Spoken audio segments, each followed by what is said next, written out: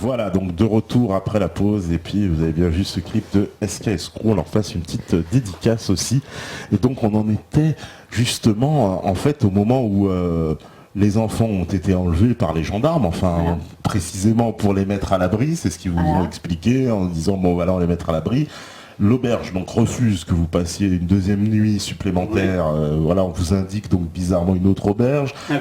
Invisible, cette autre robe un peu très très bizarre hein, que voilà vous avez esquivé au dernier moment. Et puis donc qu'est-ce qui se passe après? Donc à partir de là, donc vous savez pas vraiment ce qui se passe. On a juste enlevé les enfants, quoi. On sait pas. Vous êtes un peu dans l'incertitude encore là. Pas trop parce que Sophie reçoit donc un coup de téléphone de son ami qui lui dit les enfants sont à Paris, ce qui était tout à fait plausible puisque le docteur Couve qu'on avait eu à Saint-Tropez était quelqu'un que connaissait cet ami, qu'il l'avait rencontré et a priori il n'était pas suspect de vouloir faire quelque chose de mal aux enfants. Donc comme on s'attendait vraiment à voir les enfants à Paris. Donc on décide de monter à Paris, voilà, avec Sophie. Je rappelle, le docteur Couve, c'est député maire de Saint-Tropez à l'époque. Hein. D'accord. Voilà, il n'est pas que médecin, il est cardiologue, mais il est... Oui. Alors je l'avais... Alors, le vendredi, donc le jeudi, les enfants sont enlevés à 21h, à la fin du repas. Et puis, donc, il me téléphone pour me dire qu'il restait à l'auberge. Bon, ben d'accord. Le vendredi, là, vous allez à Aix, et puis il arrive toutes ces choses-là. Et puis, le soir, moi, je veux avoir des nouvelles des enfants, tout de même, savoir ce qui s'est passé. Je vais à la gendarmerie de Saint-Tropez. Je demande à voir les 2 gendarmes qu'on avait vus la veille. Et on me dit, ils ne sont pas là. Et je dis, je voudrais avoir des nouvelles des enfants. Donc, il me dit, attendez, le truc très gentil, il téléphone au procureur. Il me dit, je suis désolé, mais ordre du procureur de ne rien vous dire. Normalement, en plus, c'est légal ça, on doit quand même vous informer. Oui, quand même. Ne serait-ce que votre fille, au moins, on doit lui dire, non, quand même. Bien sûr. Pas, où sont les enfants? Donc, ordre de rien vous dire. Bon, là-dessus, je téléphone justement au député maire de Saint-Tropez, docteur Couve, et je lui explique un peu la situation, qu'on a pris les enfants, qu'on ne sait pas où ils sont, etc. Donc, il était en plein conseil municipal. Et il envoie quelqu'un pour s'occuper de savoir où étaient les enfants. Et vers 23h ou 24h, il me rappelle en me disant, les enfants sont dans un foyer à côté de Draguignan. Bon, ok. Donc là-dessus, voilà. J'apprends aussi que Sophie avait perdu son chien, en même temps que les enfants. Donc je reste sur place, je suis là, j'appelle la SPA, etc. Et finalement, 2-3 jours plus tard, on me prévient que le chien est retrouvé. Je vais le chercher et je décide donc de le monter en avion, de le ramener à Sophie et Jack. J'apprends avant de retrouver le chien que Sophie et Jack sont à Paris, que l'ami en question qui leur avait dit de venir et que les enfants étaient là, etc., qu'elle connaissait bien Rachida Dati, etc. Eh bien, il n'y a pas d'enfants, il n'y a pas d'amis, il n'y a personne. D'accord. Alors là, elle est un peu choquée.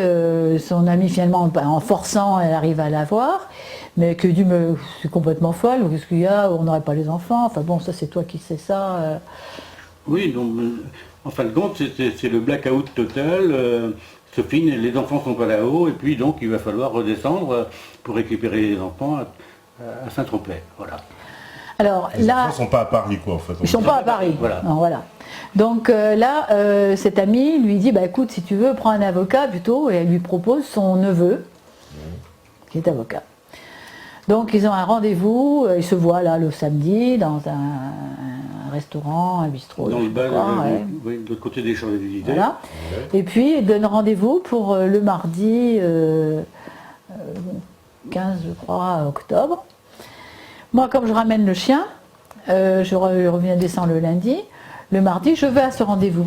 Donc on ne redescend pas tout de suite. Voilà. Entre juristes, pouvoir discuter rapidement de la situation. Quand j'arrive à son cabinet, je suis un petit peu étonnée parce qu'il n'y a pas de plaque. Tous les avocats ont une plaque sur l'immeuble. Là, il n'y en a pas, il y en a une d'un autre. Donc je téléphone au numéro qu'il m'avait demandé pour savoir si c'était bien là. Il me dit oui, c'est bien là. Bon, pas de plaque, ok, je monte. Au secrétaire, je demande si maître un tel est bien là. Oui, donc on l'appelle maître, il est bien avocat, etc. Je le rencontre. très sympa. On parle de l'affaire, bien sûr, je vois qu'il s'y connaît parfaitement bien, on fait des projets et tout, voilà, il me donne son fax, son mail et tout, enfin bon, voilà, et on correspond pendant quelques temps. Il me demande 1 500 €, je suis ravie, parce que c'est difficile d'exiger un travail de quelqu'un qu'on ne paye pas. Donc je suis ravie, puis surtout c'est qu'un avocat est tenu au secret professionnel. Donc là, je sais qu'il ne parlera pas à sa tante, qu'il ne parlera à personne. À partir du moment où je le paye, de toute façon, là, il est vraiment dans son rôle d'avocat. Donc voilà, je suis très contente. Je lui donne 3 chèques de 500 € en lui demandant de ne pas les encaisser tout de suite. Mais bon, voilà. Donc tout se fait. Et le lendemain, la semaine avance. La petite doit être entendue, doit être vue par le médecin, Madame Bensoussan, le jeudi 18 octobre. Donc après cette visite chez l'avocat, on prend la route pour retourner dans le Midi. Là, il se passe quelque chose quand même, c'est que ma fille ne mange plus, ne dort plus, ne boit plus. Un choc. Avec les annonces... On n'a plus de nouvelles des enfants, on ne sait pas où ils sont. On ne sait pas où sont les enfants. Pas moyen de savoir. On a téléphoné, elle a téléphoné un peu partout, hors du procureur de ne pas vous répondre. L'avocat donc qui doit rentrer en ligne, qui doit aussi faire des choses, il n'arrive jamais à voir le procureur. Ensuite, quand il peut l'avoir, c'est pas lui, c'est quelqu'un d'autre qui ne connaît pas l'affaire. Enfin bon, il y a quand même beaucoup de choses bizarres. Lui aussi trouve ça très bizarre. Bon, donc on avance, on redescend sur Saint-Tropez. Avant d'arriver, on téléphone aux gendarmes qu'on avait eu avant et on leur demande si la petite allait être amenée voir le médecin comme c'était prévu. Il a dit, je ne sais pas. Appelez le procureur si vous voulez. Donc, ok, on attend. Enfin bon, on continue notre route. Et puis là, 10 minutes plus tard, il appelle. Il s'appelle toi ? Oui, sur la route, le gendarme appelle en disant, le procureur demande à voir Sophie tout de suite dans son bureau, il veut voir Sophie, toute seule dans son bureau. Toute seule. Il est 17h. Il est 17h. Alors, on a 1 heure pour y aller. Autrement dit, ça fait 18h. 18h, normalement, il n'y a plus personne dans le palais. C'est ouvert encore parce qu'il suffit de sonner, c'est toujours ouvert. Mais donc, voilà. On ne comprend pas cette urgence. On ne comprend pas cette urgence. Donc, on continue la route pour rentrer à la maison et... je préviens Brigitte qu'effectivement il y a quelque chose de très bizarre qui se passe, elle est à cette heure-là, et je lui donne officiellement un rendez-vous sur un parking à Cogolin, et puis on avait 2 voitures. Brigitte, on avait laissé Brigitte. J'avais laissé ma voiture à l'aéroport. Elle avait laissé la voiture à l'aéroport. Donc quand je téléphone à Brigitte, il y a le téléphone qui fait crac, crac, crac, un bruit impossible. Vraiment un branchement d'écoute, quoi. C'était pas une écoute constatée par lui, c'était des craquements, des trucs tellement bizarres qu'effectivement ça confortait mon idée qu'il se passait quelque chose de pas normal.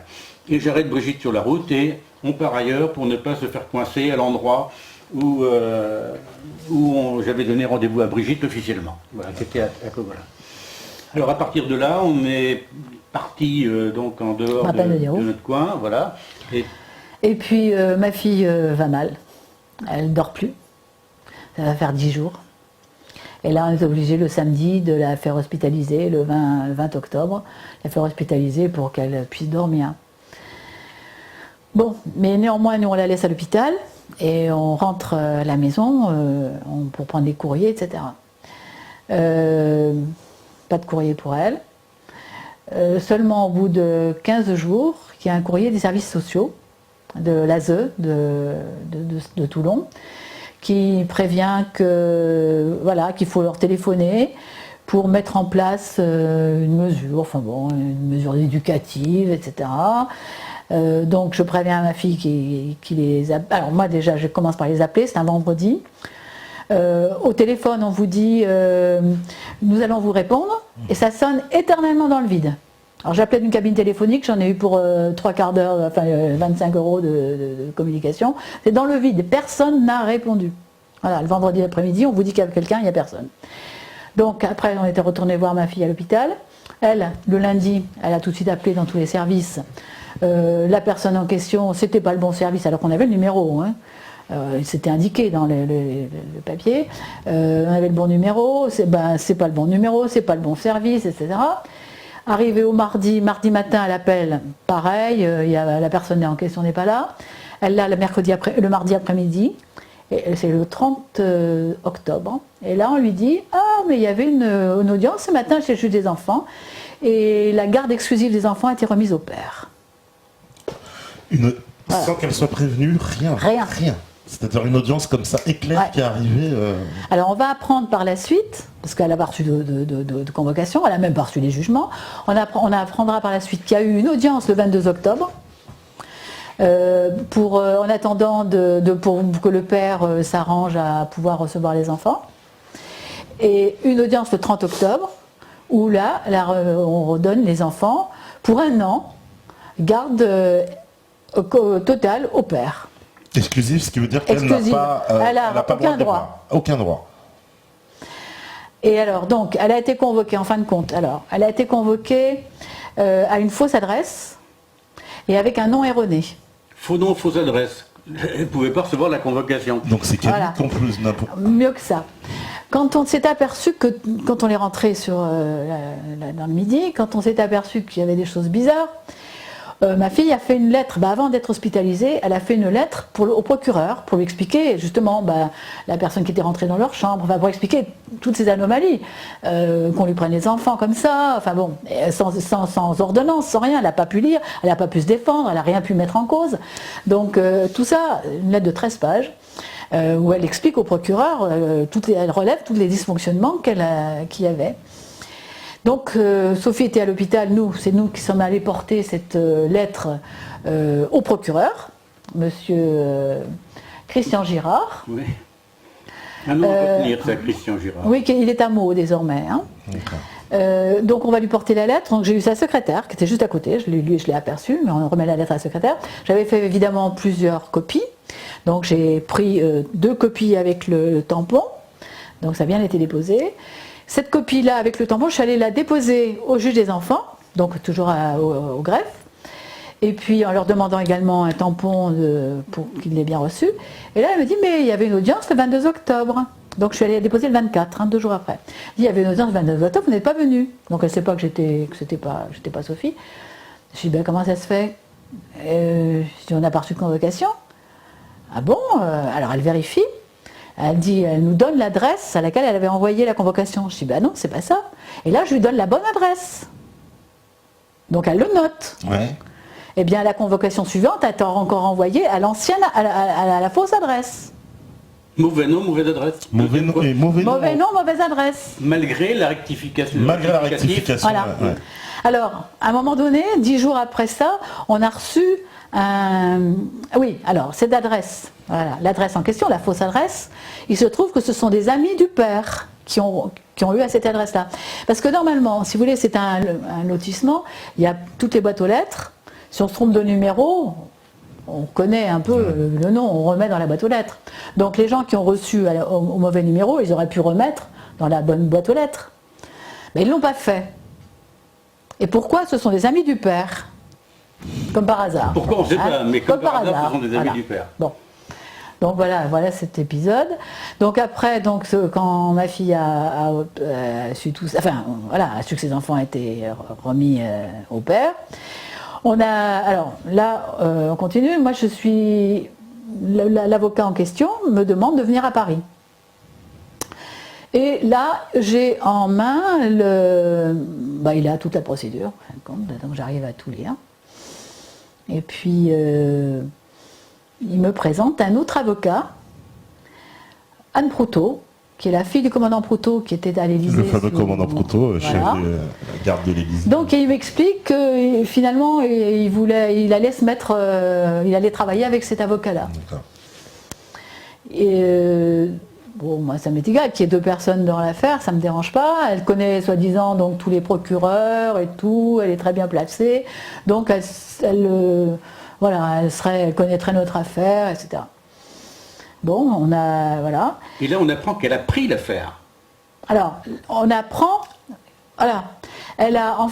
Par la suite, on aura vu qu'elle a envoyé 5 lettres au juge des enfants de Draguignan avant le 30 octobre. Alors qu'elle n'était pas mandatée. On l'a jamais vue. Alors vous n'aviez jamais vu, non. Même pas qui c'était. Non, non. Mais qui lui a donné mandat pour faire ça? C'est l'avocat? Personne. Personne. Enfin, certainement l'avocat qu'on avait vu. Question, oui. Hein? Donc, elle a écrit 5 lettres, c'est le juge lui-même dans son jugement qui dit qu'il a reçu 5 lettres d'un avocat, de cet avocat-là, et elle dit entre autres que, donc, pour expliquer que Sophie ne serait pas le 30 octobre, qu'elle était en dépression. Alors je peux vous dire tout de suite, Sophie n'a jamais fait de dépression de sa vie, elle n'a jamais été hospitalisée de sa vie, sauf cette fois-là, et que là c'est venu 10 jours après l'enlèvement de ses enfants, et qu'elle n'a jamais été en dépression. Elle était au contraire un peu trop nerveuse après ça, mais elle n'était pas en dépression du tout. Donc elle a écrit des faux, hein, ça c'est clair. Donc moi je suis à Paris, donc je rencontre cette avocate, oui, effectivement. Mais elle n'a jamais été mandatée, je ne savais rien. Ça c'est extraordinaire quand même. Ouais, plutôt. Et cet avocat, c'est un avocat, on apprend après. Bon, attends. Donc là, il voit que les enfants ont été remis au père. Donc ils doivent faire quelque chose, ils doivent toujours, bon voilà, ok, on attend, c'est toujours une longue attente, ils doivent téléphoner, enfin bon, ils doivent faire plein de choses. On arrive vers la fin du mois de novembre, ma fille a essayé plusieurs fois d'aller à l'école chercher des enfants, on lui a interdit d'apercevoir ses enfants, elle a quitté l'hôpital entre temps, on lui a interdit d'apercevoir même ses enfants à l'école. C'est-à-dire même de loin quoi. Voilà. Elle s'est fait poursuivre en voiture, enfin, il y a eu des trucs invraisemblables. Donc voilà, elle ne peut même plus y aller. Et puis, on a, à un moment donné, un jour, l'avocat en question me téléphone, furieux, en me demandant d'envoyer immédiatement 1 500 € à Anne Proutot, de lui, qu'il encaisse les 3 chèques que je lui ai donnés, et il exige que Sophie vienne voir cet avocat à Paris. Alors qu'elle ne le connaît pas, qu'elle ne l'a pas mandaté, qu'elle ne lui a rien demandé. Donc sa façon de faire, bon, finalement c'est Sophie qui prend le téléphone, qui lui répond, qui lui dit, bah, attendez, on va voir si ça doit se passer comme ça. Très bien, vous allez voir. Donc qu'est-ce que vous allez faire? Non, ça va. Donc elle raccroche, et puis le lendemain, on téléphone, elle appelle le barreau de Paris. Le barreau et le barreau de Paris, et puis le barreau de tous les barreaux de France, enfin le service. Et on apprend que cet avocat en question n'est plus avocat depuis 1994. Inscrit à aucun barreau. Il n'est plus inscrit à aucun barreau. D'accord. Donc voilà. C'est un faux avocat. Donc, c'est un faux avocat. Alors il ne l'a pas encaissé. Ah.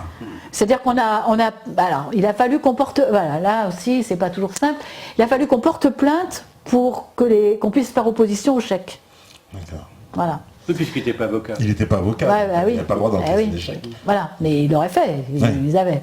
Donc pour qu'on puisse bloquer les chèques, il fallait qu'on porte plainte. La banque n'accepte pas qu'on bloque. On l'a prévenu en écrivant à son email, d'ailleurs son email où il a marqué avocat. Son nom plus avocat marqué. Hein. Alors en plus, quand je vois qu'il y a un autre avocat dans l'affaire, le juge des enfants, le procureur, avait été prévenu de l'avocat que nous prenions. J'avais écrit, dans la lettre, je crois que Sophie avait écrite, elle était marqué le nom de l'avocat avec son adresse et son téléphone. C'est-à-dire celui qui n'est pas avocat. Mais donc le juge des enfants qui a reçu les lettres venait d'un autre avocat et il aurait dû se poser des questions. Il n'était pas mandaté. On avait pris soin de prévenir quel avocat s'occupait de l'affaire. Signifier notre avocat, c'est monsieur tel, et il aurait l'aide d'un autre avocat. Voilà, l'interpeller, quoi, oui. Exactement. Il aurait dû, parce qu'il convoque déjà pas Sophie, donc tout ça rentre dans une logique qu'on va découvrir qui est plus que scabreuse. Voilà, donc, alors, on apprend qu'il n'est pas avocat, on est obligé de porter plainte au bâtonnier de Paris, évidemment. C'est désolant tout ça, parce que c'est quelqu'un de charmant comme ça, mais enfin bon, il nous fait un sale coup. Il s'agit d'enfants quand même, c'est grave. D'enfants qu'on voit plus, qui ne voient plus leur maman, qui ont passé 3 semaines donc en foyer, etc. Alors pendant le foyer, les enfants ont pensé que les gendarmes avaient tué leur maman. Oui, il n'avait plus de nouvelles, on les arrache comme ça, il n'y avait pas de raison, ils devaient aller à Paris, ils étaient tout heureux d'aller à Disney, ils étaient contents comme tout, ils voulaient voir Paris, ils n'arrêtaient pas de demander à voir Paris, et là finalement ils se retrouvent en foyer. On apprendra au foyer qu'on a séparé la petite de ses 2 frères, alors qu'ils n'ont jamais été séparés de leur vie, Et puis pendant les 3 semaines, ils étaient encore habillés, il faisait chaud là, le 8 octobre. Pendant les 3 semaines, ils sont restés avec les mêmes vêtements et ils avaient froid en sortant. Ils sont tous les 3 sortis avec une bronchite. On les a pas couverts, on n'a pas rien fait. Personne n'a pris soin d'eux. La petite n'a pas été amenée chez chez la pédopsychiatre. Elle devait être amenée, le 18 octobre, elle n'a pas été amenée. Or, elle avait dit impérativement, il faut amener la petite. Elle n'a jamais été vue par un psychiatre, par une pédopsychiatre. C'est obligatoire, ça aussi. Elle n'a jamais été vue. À l'examen des pièces, on s'aperçoit que les rapports du gendarme Le Manchec disent d'abord que Sophie est en fuite, et puis après, le deuxième rapport contredit le premier. Ils disent que Sophie, en fin de compte, va mal et on lui a enlevé les enfants suite à la demande des sœurs de la Sainte-Baume, parce que Sophie avait tenu des propos incohérents. Donc il fait deux rapports différents. D'abord, elle n'était pas en fuite, et les propos incohérents, nous on a interrogé les sœurs de la Sainte-Baume, elles disent absolument pas, elle n'était pas incohérente. D'accord, donc c'est des faux rapports de gendarmerie. Il y a 2 rapports contradictoires du même gendarme. Le premier, il dit que à la sortie de chez le pédopsychiatre, à l'hôpital, que Sophie s'est enfuie avec les enfants. Alors qu'il lui avait donné un carton de rendez-vous. Rendez-vous. Voilà. Qu'elle s'est enfuie pour soi-disant voir un médecin pour ses garçons, mais de toute façon c'est pas normal. Qu'elle était en fuite, voilà, qu'elle s'était enfuie. Et que en face de cela, le procureur, vu que personne ne pouvait garder les enfants, le procureur avait pris la décision de lui retirer les enfants. Premier rapport, ça. Voilà. D'accord. Pièce numéro 1 de l'enquête préliminaire. Et puis, pièce numéro 22. Toujours le même gendarme dit que les religieuses ont téléphoné à la gendarmerie pour dire qu'ils avaient chez elles une jeune femme avec 3 enfants et qui tenait des propos incohérents et qu'elle mettait les enfants en danger. Donc, vu qu'eux avaient déjà dit que la maman tenait des propos incohérents, les religieuses qui appellent pour dire que la maman tient des propos incohérents, en face de cette situation, le procureur a pris sa décision à 18h30 de retirer les enfants à leur mère. 2 propos contradictoires. Le premier dit que c'est à la sortie de l'hôpital, à 16h30, que le procureur a pris la décision. Et après, le coup de fil des religieuses, à 18h30. Or, le coup de fil des religieuses, il a été fait sur demande des gendarmes chez moi. Oui, il m'avait arraché le téléphone pour dire aux religieuses, appelez la gendarmerie pour dire que vous avez une dame chez vous, avec les 3 enfants. Quand on est allé voir, un mois plus tard, les religieuses, pour demander ce qui s'était passé. Elles nous ont dit, non, nous on a appelé effectivement, mais on a juste eu le temps de dire, nous avons chez nous une maman avec 3 enfants, ils ont tout de suite dit, oui, on est au courant, on arrive. Bloquer la voiture, d'ailleurs ils ont bloqué la voiture, etc. Voilà, donc ils avaient mis un tronc d'arbre devant la voiture pour qu'elle s'en aille pas, ils avaient une poubelle et tout, et on n'a rien eu le temps de dire d'autre, et puis elle dit, mais comment pourrait-on dire une chose pareille? Elles n'ont pas compris, elles n'ont rien dit d'autre, elles n'ont pas le temps. Elle dit, on a tout de suite, ils ont tout de suite raccroché pour dire, on arrive. Et l'explication sur le deuxième rapport, donc, qui contredisait le premier, mentionne qu'il fallait enlever les enfants à Sophie parce qu'il n'y avait aucune famille présente. Alors que ce sont eux les gendarmes qui m'avaient amené sur place. Ah oui, on était présents. Les enfants, on a l'habitude d'eux, ils nous adorent, il n'y avait pas de problème. On avait quoi, soit les garder dans leur maison, soit les loger chez nous. Donc il n'y avait vraiment aucun problème. Donc il y avait du monde. Et quand ils disent que on a vu ensuite dans l'ordonnance du procureur que le premier motif, c'est que les enfants, que Sophie avait déposé une vaine plainte, il dit ça le jour même, une vaine plainte, parce que les enfants n'avaient pas parlé à la brigade de Bandol. Or, les 2 garçons ont parlé du baiser sur la bouche. Ça, c'est déjà une atteinte sexuelle, je suis désolée, ça fait partie de ça. Et d'autre part, Margot n'avait pas parlé. Margot, elle a peur elle veut plus parler de ça. Mais elle a dit quand même qu'elle veut plus voir papa, qu'elle veut plus voir Didier, que papa lui a dit de ne rien dire. Ça veut dire quoi ça? Qu'est-ce qui s'est passé? Le médecin la veille avait donné 8 jours d'ITT. Agression donc c'est 3 jours après les faits, donc ça fait 11 jours. 11 jours d'ITT. Donc de toute façon, admettons que ce ne soit pas sexuel, il y a une agression. On ne va pas chercher là. Elle a été agressée cette petite. On lui donne 11 jours d'ITT et on ne cherche rien. Le médecin qu'on avait vu le premier jour lui a donné 3 semaines d'arrêt. suivi de 15 jours de vacances, donc ça fait du 5 semaines. Donc il y a bien quelque chose, il y a quelque chose sur cet enfant. Donc là, voilà. Donc le procureur dit qu'il n'y a rien. Ensuite, il dit que c'est la mère a supposé, mais la mère elle n'a rien supposé. Tout est médical. C'est le médecin qui a donné 3 semaines d'arrêt, c'est la psychologue qui a dit allez porter plainte, c'est le médecin mandaté par les gendarmes qui donne 8 jours d'ITT 3 jours après les faits, et puis ensuite c'est qu'est-ce qu'on a vu, la pédopsychiatre qui demande à revoir la petite, elle ne sera jamais amenée, elle fait un rapport. Alors dans son rapport, elle dit seulement qu'il convient de rassurer la maman et de revoir la petite, de rassurer la maman, de revoir la petite et d'avoir une mesure de MO. Alors là, nous on a, Sophie était allée voir, je vous ai dit tout à l'heure, le premier médecin qui avait vu Margot, qui était mandaté par les gendarmes. Elle est allée le voir le soir même. Donc après, elle était retournée le voir en novembre pour lui expliquer ce qui se passait.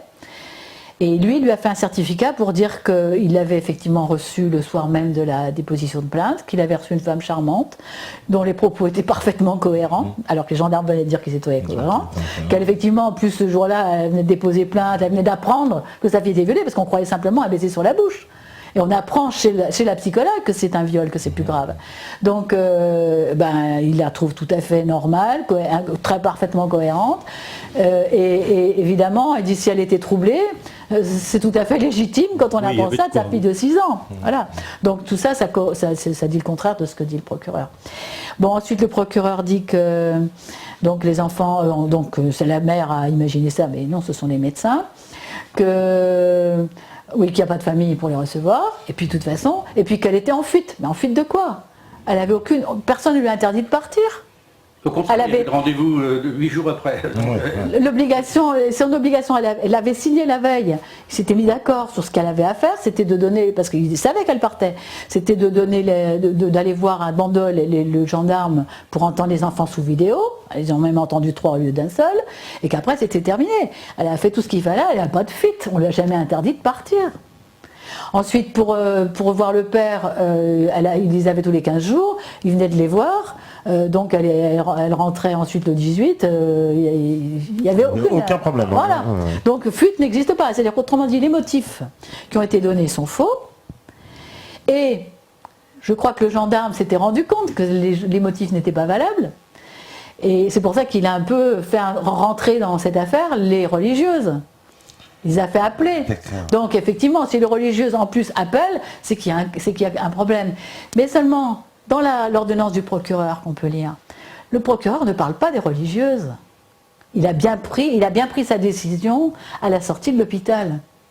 Il ne parle pas des religieuses. Voilà. En revanche, c'est le juge des enfants qui va, lui, se servir de religieuses pour motiver la garde au père. Voilà, ça vient après. Fragilité de la mère, bien entendu, hein, pour motiver le confier des enfants au père.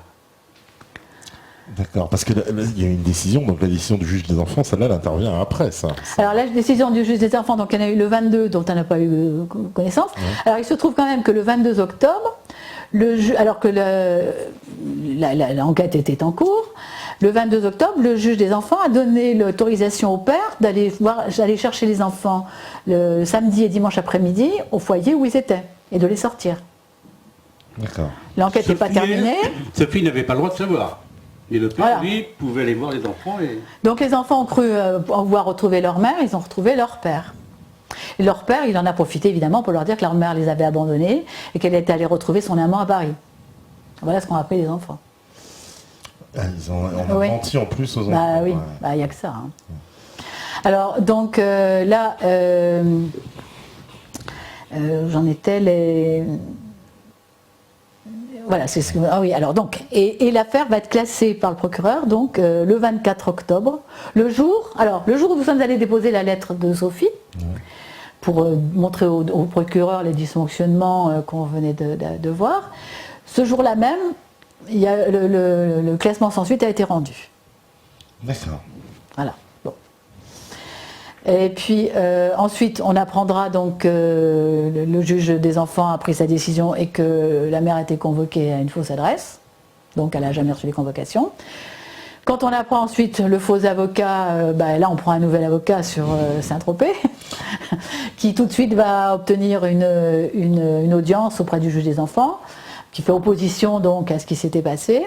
Et donc on aura une audience, mais seulement le 20 décembre. Autrement dit, c'est-à-dire quasiment 2 mois. Voilà, après. des enfants se sont retrouvés pendant 3 semaines sans aucune nouvelle de leurs parents, et encore moins de leur mère. Voilà, c'est bon. Ensuite, et pendant 83 jours, ils n'auront plus du tout vu leur maman. 83 jours. Et elle, donc, interdiction même de les apercevoir. Finalement, l'audience du 20 décembre 2007, le juge, alors, elle avait un JAF avant qui lui donnait les enfants, etc. Elle n'a jamais rien eu contre elle. Elle a toujours strictement respecté les décisions de justice. Elle est hyper réglo. Et donc, le père, il n'y a jamais eu de non-représentation, il n'y a jamais rien eu. Il n'y a jamais rien eu contre elle. Et donc, on pense que le 20 décembre, le juge des enfants va rendre les enfants à la mère. Et non, il les maintient chez le père. Et il demande une expertise psychiatrique du père et de la mère. Et la mère a le droit donc là à voir ses enfants un week-end sur 2, du vendredi sortie d'école au lundi matin rentrée à l'école, et puis la moitié des vacances scolaires. Donc on va reprendre les enfants elle les aura jamais eu à Noël finalement, elle n'a jamais connu ses enfants à Noël depuis qu'ils sont séparés. Le Noël elle reste avec le père et elle va les avoir pour le 1er janvier. Donc là, on part avec eux à la montagne, chez mon frère, ils vont faire du ski, enfin bon, voilà, tout va bien. On arrive en 2008. Il se trouve que là, toute l'année, donc elle les a un week-end sur 2, elle va faire une expertise psychiatrique comme il faut. L'expert psychiatre, là, il comprend rien. Elle va bien, elle est très bien, elle est tout à fait normale, il la trouve hyper logique, cartésienne et tout. Il comprend pas ce qui se passe. Donc il va téléphoner, il va voir ça avec le procureur et le juge des enfants, et il va la reconvoquer une 2e fois. Après avoir téléphoné au procureur, il la reconvoque une 2e fois. Voilà. Et là, la présentation du rapport est bien particulière. Et dans le rapport, il va dire qu'on ne peut absolument pas remettre en cause les capacités maternelles de cette maman, que voilà, qu'elle va bien, mais qu'elle pourrait éventuellement faire un genre pas de dépression, mais décompensation, enfin je comprends, enfin bon, voilà. Si bien que le juge des enfants dit que voilà, on va maintenir les enfants chez le père. Par précaution, maintient les enfants chez le père. Voilà, elle pourrait. Donc, il reste, la décision a été prise pour 1 an, donc on va arriver en octobre 2008, et là on espère évidemment récupérer ses enfants. Les premiers 6 mois de 2008, Margot, elle, va très mal. Elle est dans un caractère épouvantable, elle se fâche tout le temps avec ses frères, elle se fâche avec tous ses camarades d'école. À la maison, quand on l'a le week-end, elle pleure pour un rien, elle s'en va, elle claque les portes, enfin vraiment, bon, on voit qu'elle va mal, quoi. On arrive en juillet. En juillet, Sophie a les enfants pour tout le mois de juillet. Et puis, là, on apprend à travers un petit événement qui s'est passé. Sophie est furieuse contre Margot, et puis elle lui dit, Margot, moi, quelqu'un comme ça, je veux pas, ça va pas, c'est pas bien Margot, tu m'as pas tout dit, il y a quelque chose qui s'est passé. Et Margot en pleurs, elle dit, ben oui, il n'y avait pas que Didier, il y avait papa. C'est là qu'on apprend que le père, mais avant ça on ne savait pas que le père était concerné par le... D'accord, on croyait que c'était que l'ami du père. Oui. Voilà. D'ailleurs, Sophie ne pose pas plainte contre le père, mais contre un avis du père. On assume malgré tout que le père disait partout, vous voyez, Sophie, elle m'accuse de viol, etc. Ouais, oui, il allait dire partout qu'on l'accusait de viol. Mais comment est-ce possible, puisque Sophie n'avait jamais impliqué le père dans ce qui était arrivé à Margot? Ou alors il y a quelque chose de flou que Margot a dit aux gendarmes qui ne figure pas au rapport et qu'il était au courant, on ne sait pas. Le père allait dire en tout cas, je suis impliqué de viol, c'est honteux, vous vous rendez compte ce que fait Sophie, etc. etc. Mais là, la plainte n'est pas contre lui. La plainte n'était pas contre lui. La plainte n'était pas contre lui. Non. Elle n'a jamais été contre lui. Alors justement, c'est que il a cru que Margot avait parlé. Il a cru que Margot avait parlé des deux. Il a cru ou il a su. Et quand il est convoqué à la gendarmerie, donc ça on va l'apprendre plus tard, quand il est convoqué à la gendarmerie, le gendarme lui dit, vous savez pourquoi vous êtes là? Il dit oui. Il sait pourquoi. Or, il me semble quand même, quand on est convoqué chez les gendarmes, quand ils ne vous ont pas donné le motif, vous ne savez pas pourquoi vous êtes convoqué. Sauf quand vous savez que vous avez fait quelque chose. Mais là, il sait en plus pourquoi. Il sait que c'est pour Margot. Et il sait que c'est pour des choses graves. Or, il aurait pu penser autre chose, puisqu'il n'avait pas payé la pension alimentaire pendant 10 mois. Donc, Sophie pouvait avoir porté plainte pour abandon de famille, pour les pensions non payées. Mais non, lui, il pense tout de suite que c'est pour viol de Margot. D'accord. C'est étrange. Ah oui. Comment il peut savoir? Mais surtout, c'est qu'en plus, c'est faux. Elle n'a pas porté plainte contre lui. Parce que Margot ne l'avait pas inculpé. Donc les gendarmes, comment ils réagissent à ça? C'est bizarre, ça. Justement, s'ils avaient fait une enquête. Quand on voit le rapport du gendarme, de l'audition du père et de Didier, ça fait une demi-page, alors que l'audition de Margot fait 10 pages. Pour essayer à un moment donné, même le gendarme lui dit, mais Margot, tu sais, moi ça m'arrive de mentir. Toi, ça t'arrive jamais? Alors elle dit, bah si. Il dit, bah alors Margot, tout ce que tu nous as dit là, t'as menti? Comme elle en avait marre, elle a dit oui. D'accord. Voilà. Bon, épuisé, ouais. Voilà. Alors autrement dit, tout ce qu'avait dit Margot, bah, c'est faux, hein, Margot a dit qu'elle avait menti. D'accord. Ouais. Mais il faut voir que les enfants, bah, ça c'est justement là où interviennent les psychologues, et notamment à l'enfance. Un enfant, le petit qui avait 3 ans et demi, très très déluré, là, ils étaient tous étonnés, là, ils ont dit, ah, bah là, le petit vraiment, il est extraordinaire. Mais le petit, à un moment donné, donc vers la fin, là, il dit oui, bah, Didier a embrassé Margot sur la bouche et tout. Et puis après, il dit, ah, je peux aller jouer là, etc. Évidemment, il en a marre. C'est logique tout ça, c'est un enfant. Et la petite, interrogée aussi longtemps pour ces mêmes choses, elle en a marre. Après, on lui dit, t'as menti? Bah oui, ok, j'ai menti, comme ça je m'en sors. Vous avez même des adultes qui font la même chose, hein. Il y en a qui finissent par avouer, parce qu'ils en ont ras-le-bol de rester. Alors je voudrais vous dire quand même quelque chose là sur les enfants, sur ce qui avait été entendu. Attendez, les garçons donc ont bien tous les deux parlé du baiser sur la bouche. Margot dit ce qu'elle avait dit. Qu'est-ce qu'il y avait encore sur la... Bon, ça me reviendra. Bon, on arrive, ça me reviendra, je vous dirai, c'est pas grave. Au mois de juillet donc 2008, Sophie, quand elle apprend qu'il n'y a pas que Didier mais le père, elle prend rendez-vous avec la psychologue qui fait partie de l'AEMO, qui fait partie de la mesure qui a été prise, où il doit y avoir un psychologue et un éducateur spécialisé. Elle prend rendez-vous et elle va voir, elle lui dit, voilà, je viens d'apprendre ça.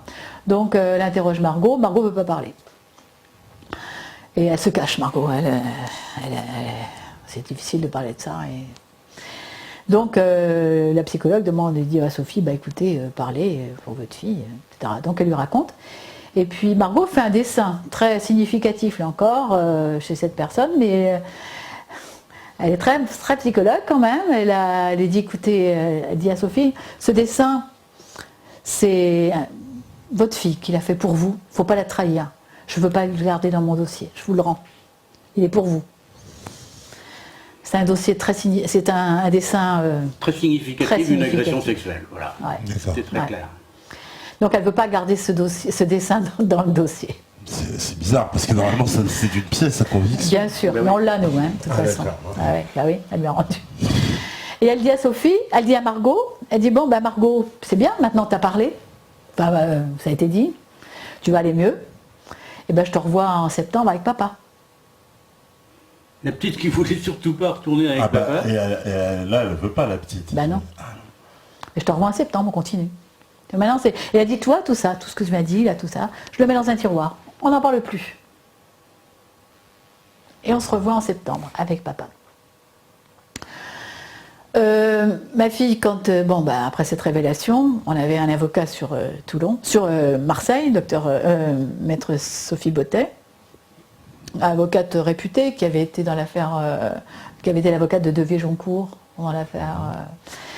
Donc on a cette avocate et quand on fait ces révélations, elle tombe des nues aussi et elle nous obtient un rendez-vous avec un pédopsychiatre très réputé de Marseille, le docteur Sokolowski. de l'école. Donc on obtient un rendez-vous dès le lendemain, ce qui est impossible. On avait essayé justement de voir un bon pédopsychiatre pour la petite, et il n'y avait pas de rendez-vous avant 6 mois ou 8 mois. On avait notamment quelqu'un à Montpellier qui était très réputé, et dont les certificats ne peuvent pas être mis en cause. Et donc on n'a pas pu avoir rendez-vous, et là on a un rendez-vous pour le lendemain. Donc on va à Marseille chez ce pédopsychiatre, qui va entendre Margot et les garçons pendant 10 heures, en 3 fois. Et là, il les fait parler, etc. Les enfants, les garçons réitèrent le baiser sur la bouche. Margot, le médecin lui dit, Margot, elle avait dit tout ce qu'elle avait dit avant, puisque tu n'as pas le droit de le dire, est-ce que tu peux l'écrire? Alors Margot, elle l'écrit. Papa a mis son zizi dans ma bouche, Didier a mis son zizi dans ma bouche. Voilà, ça a été joint évidemment au rapport du médecin. Ça a été écrit devant le médecin. Ah bah oui. Ouais, il le joint à son rapport. Il le dit dans son rapport, dans son compte-rendu, il le dit, et il joint la feuille avec Margot qui a écrit Papa. Et l'examen que fait ce pédopsychiatre avec toute une équipe qu'il a convoquée pour examiner ce cas particulier, la conclusion est qu'il ne voit pas d'autre hypothèse que ce qui a été annoncé avant, ça veut dire le viol. Il ne voit pas d'autre hypothèse. Donc il va prévenir toutes les autorités judiciaires. Voilà. Il prévient le procureur, il prévient le juge des enfants et il prévient l'éducateur spécialisé. L'avocat fait la même chose, envoie une lettre à chacun de ces 3 personnes pour alerter que c'est plus grave. Donc là, Sophie, on arrive à la fin du mois de juillet et c'était la fin du mois de vacances de Sophie avec ses enfants. Elle ne peut pas rendre ses enfants au père avec ce qu'elle vient d'apprendre. Donc c'est à la justice de prendre des décisions, mais elle ne veut pas prendre de décision là-dessus. Donc avec l'avocate, on demande une audience en urgence, avant le 4 août, où elle devait rendre les enfants, pour que la justice prenne ses décisions elle-même. Donc on obtient seulement une audience pour le 7 août. Et donc Sophie prévient la gendarmerie, là où on était à la montagne, à Saint-Tropez, etc., pour dire que c'est pas une non-représentation d'enfants. On attend une audience, on a appris des choses nouvelles, on peut décemment pas rendre les enfants. Donc on prévient, et en plus, Sophie avait permis au père d'avoir une semaine de plus de vacances en 2007, au mois d'août. À charge de revanche. Donc voilà, et de toute façon, donc, elle lui devait une semaine aussi. Donc là, elle est dans les temps. Là donc le 7 août, il y a une audience. Alors nous on était à la montagne, finalement, c'est ça. Oui, on arrive. Voilà, elle revient sur Draguignan avec les enfants et Jack. Et puis là, la juge, c'est une remplaçante de Monsieur Bodino. Monsieur Bonnet est en vacances, mais il lui avait donné quand même ses ordres. Il avait reçu le rapport du pédopsychiatre, mentionnant la nécessité surtout de prendre des précautions élémentaires vis-à-vis du père, puisqu'il n'y avait pas d'autre hypothèse que le viol. Et c'est le juge. Et là, la juge dit, vous rendez à la mère, vous rendez les enfants immédiatement au père, sinon je vous incarcère. Alors, voilà. Mais alors, néanmoins, elle fait donc un rapport maintien des enfants chez le père. Et puis, elle demande une expertise psychiatrique de la petite, par le docteur Bensoussan, qu'elle avait vu, qu'elle aurait dû revoir déjà au mois de 2007, mais qu'elle n'a pas vu.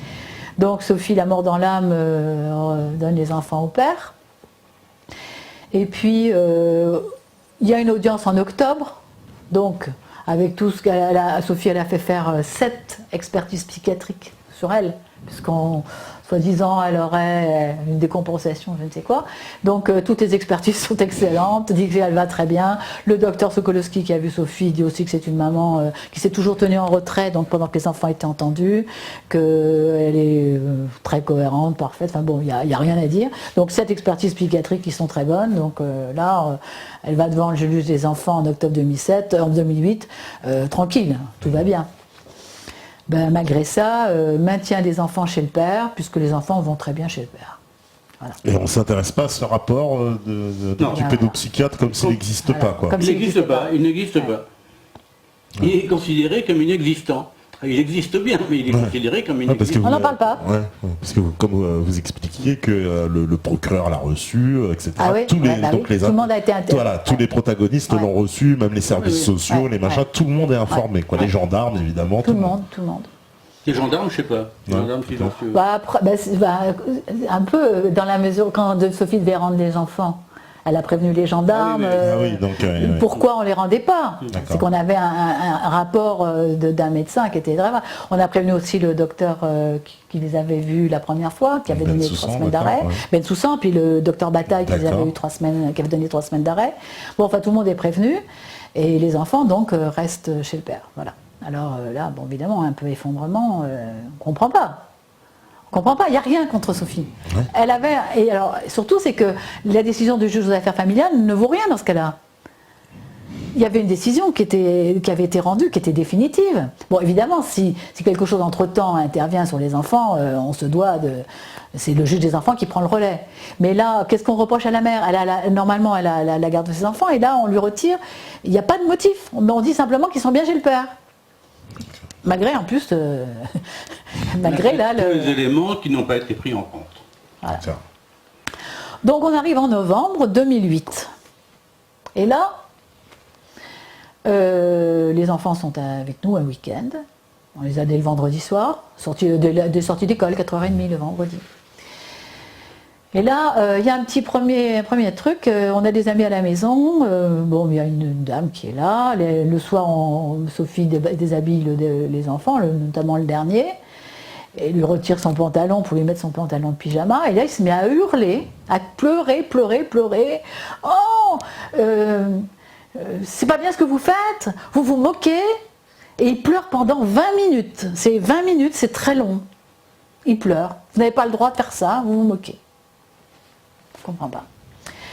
Et le lendemain ou le surlendemain, Sophie, ou la semaine suivante, c'est dans ces moments-là, Sophie, le soir, la nuit, il avait besoin d'une couche encore. Il avait 3 ans et demi, 4 ans et demi même, 4 ans et demi. 4 ans, oui. Et elle a besoin d'une couche toujours, donc elle lui met sa couche, et comme on fait, elle prend les deux jambes, et elle met la couche. Et là, elle dit, oh, je sais ce que tu vas faire. Je dis, qu'est-ce que je vais faire? Mais je sais que tu vas faire comme papa et Didier. Mais qu'est-ce qu'ils font, papa et Didier? Ben, ils mettent le zizi dans les fesses. Voilà, on apprend ça comme ça.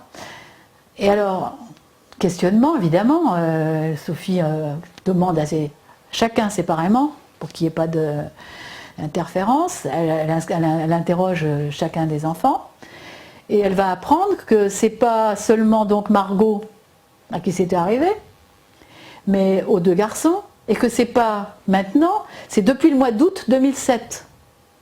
Depuis ce fameux Didier. Donc les garçons aussi étaient concernés. Mais ça faisait 1 an que ça durait, et on n'a jamais rien vu, on n'a jamais rien su. Et on apprendra pourquoi, ils vont dire, ben voilà, c'est que papa avait dit qu'il allait tuer maman si on parlait. Et on dit, voilà. Donc, il tuait maman et il les tuait. S'il parlait, il tuait maman et il les tuait. Comme il adorait leur maman, il fallait qu'il se taise, hein. Oui, menaçait un enfant. Et au couteau. Il l'a tué avec un couteau. Donc les enfants étaient terrorisés. Ouais. Mais écoutez, on va faire une petite pause, c'est la deuxième, si la régie est prête, je pense. Ok, super. Bon, on fait la deuxième petite pause, puis on revient juste après pour continuer à nous expliquer ce récit assez incroyable. À vous, la régie.